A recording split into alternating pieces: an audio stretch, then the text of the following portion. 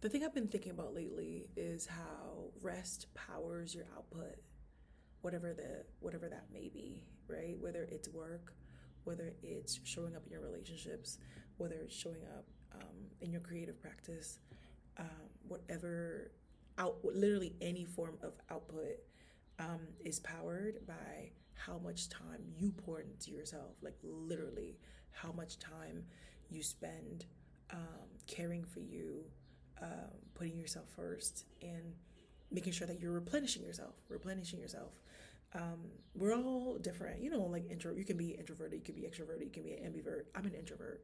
I'm a deep down to the bone introvert. So much so that if I'm not cocooned up in the house, I'm at the library. I don't do coffee shops. I don't do, because the extroverts are at the coffee shops and they're watching stuff on the computers out loud and they're in there with their friends and they're talking loud. I need to be in a place where silence is the requirement. That's where I thrive. um, but yeah, like I'm putting systems in place for myself. I don't like calling it systems. Ill. I don't like that. I'm figuring but also systems is a good word. I'm just figuring out ways to cushion myself as much as possible, to pad myself as much as possible, because when I show up, I give my all. When I show up, I pour and I give. Like, you can see me out working a room and I'm a social introvert. I'm gonna give you that. I'm a social introvert. And so if you see me out working a room, you're like, dang, like, Lynn, that's your bag. Yeah. Because I spent time like preparing for this, and afterwards I need time to rest. I need time to process all the interactions that I had.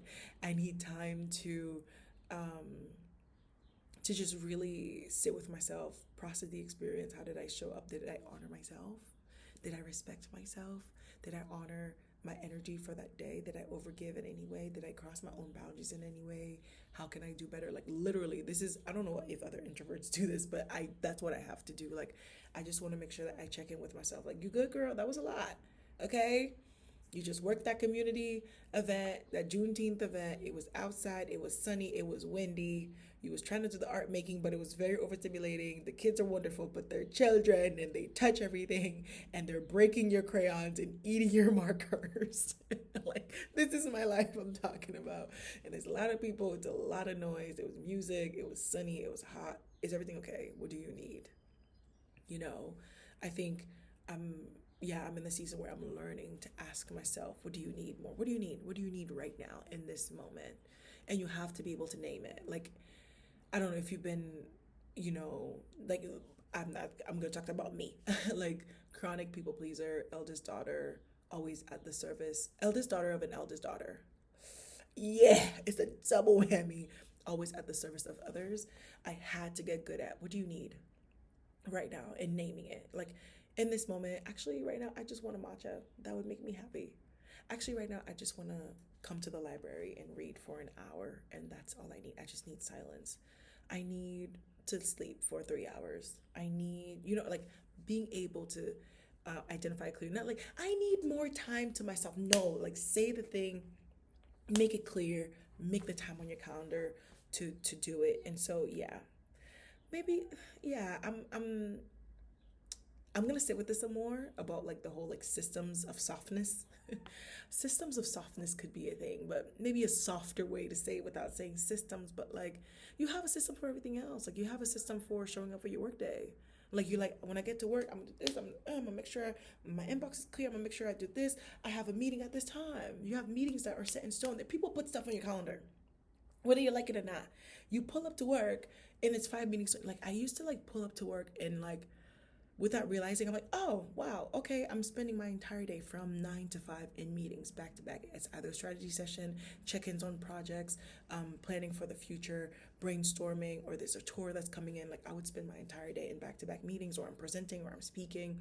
And so, just like that, you have to be able to give yourself that space and block out that time on your calendar.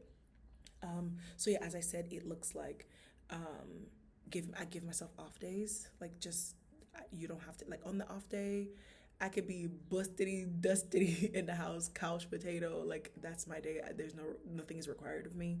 I'm also giving myself, like, library days again, because I just like really love being at the library. I've been like a library kid since forever, and I'm just gonna own it again. Like I joined my local libraries um summer reading challenge. Like I'm doing it. I'm leaning in, but I just like I need quiet spaces to hang out in so I'm not overstimulated. There is a coffee shop that I worked at last week that was nice and quiet. It didn't get too busy. I'm probably gonna hang out there. There's another cafe, way too loud. You're not gonna see me again. Like figuring out like how does it feel in my body, but yeah, like giving like just taking it easy. I visited a friend in her studio last week and we were talking about rest, and that's literally I got that from her. Shout out to Christina. But she was like, yeah, rest is what powers the work. She talks about how she balances it all. Like one of my favorite question to ask high highly effective entrepreneurs, artists, people who are always producing. She just opened a show at the Worcester Art Museum, but also she had like three other things that she was doing back to back. And I was like, how do you do it? How do you show up? What works for you? She was like, when I'm off, I'm off. When I'm on, I'm on. And I said, right. She's like, yeah, this is like, I need to check out to be able to pour into my work. Like my time with my kids, I don't play about that. My time alone, I don't play about that. I have things to look forward to, and I need to rest and like, and it needs to be like accounted for. So it like when you know something but you're like, oh, maybe am I being lazy? Because if you're like highly productive, you're like every hour of the day counts. So going from that to being like, today girl, you don't have to do nothing. Oh, today is a beach day. Today you can take it easy, you can go lay down somewhere. So yeah, you need to rest to continue to build a sustainable life. Like I don't want to run on fumes. I don't want to be so deeply ingrained in my work that when it's time for me to show up in my relationship, when it's time for me to make time for friends, I'm distracted. I'm on my phone because I'm emailing. I'm like I want to be fully present in my work and fully present in my life, you know?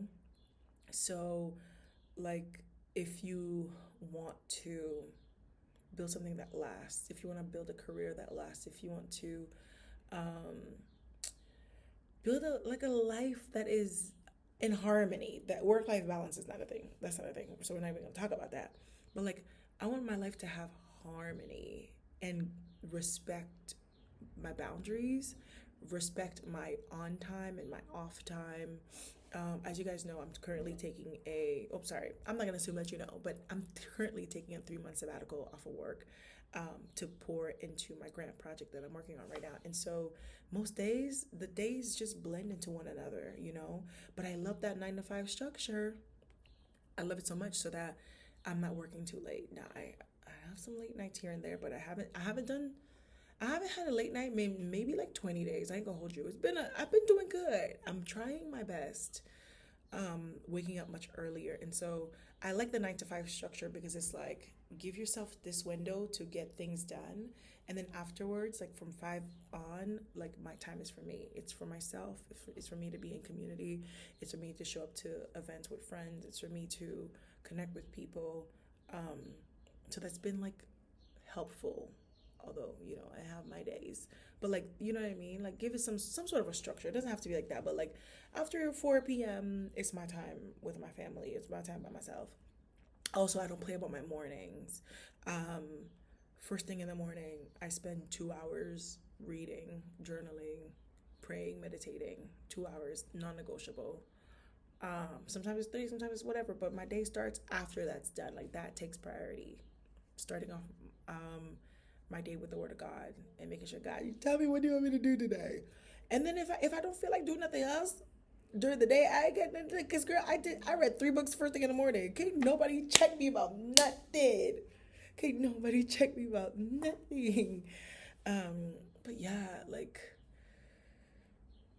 when I first became like fun employed, I slept so much. Like I was sleeping. I was sleeping so much because I was tired. Like I was waking up so early for work, spending hours sitting in traffic, getting home very late, and then using those wee hours of my evening to to edit a photo shoot, to do something. Like I was exhausted. Like I just spent a lot of time resting. So yeah, like I feel my ebbs and my flows, you know, like I'll have days where it's like, boom, let's pull in a late nighter and apply for 2 grants. And then I'll have like an entire week where I'm like, oh my gosh, the weight of the world is on my shoulders. So, but the best thing we can do is be intentional about how we spend our time. So yeah, whether if you're extroverted and you're energized by being around other people, that's good too. Like this is not like an extrovert shaming thing. Like if that's important to you, like, because I know extroverts get energy from being around people. If that's important to you, make it a thing. Put things on your calendar to be social, to be out, to be talking to people, to be kikiing. Like that, you need that to energize you. I need my alone time to energize me, and so I can't spend too much time around other people without pouring in myself, because I want to be able to have something to give you, because I don't want to be at the function and I'm like spacing out and you're like, Lynn, is everything okay? And I'm like, you know. So yeah, we're not gonna always have it perfectly figured out, but as long as we're being intentional about it, that's what counts. That's what matters. Like it's top of mind for you. You're thinking about it. You're asking yourself, how do I want to spend my day today? You're asking yourself, what do I want right now? What do I need right now? What does my day look like? You're giving your day direction and your week too. At the start of every week, today's Monday, at the start of every week, you're like, how am I gonna make room for rest? Like where can I put, where, like what does rest look like for me this week, and put it on your calendar and block out that time. Okay, so today's my library day. I'm at the library. I'm gonna be working for a little bit, but truly, I want to spend at least an hour reading in here. I'm reading these 2 books right now. I'm reading Dream Count by Chimamanda Ngozi Adichie, and I'm reading The Song of the Lark, which is a classic by Willa Cather. Cather? I don't know the lady name, but I'm not crazy about classics, but it sounded like literally my life. So I was like, let me see what this is about. This is in prose as shimmering, this is the last sentence.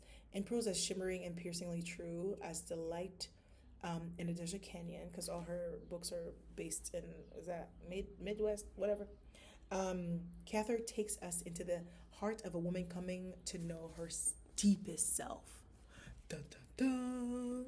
So yeah, that's how I'm finding my work-life harmony right now. So yeah, I don't know. I hope this helps, child.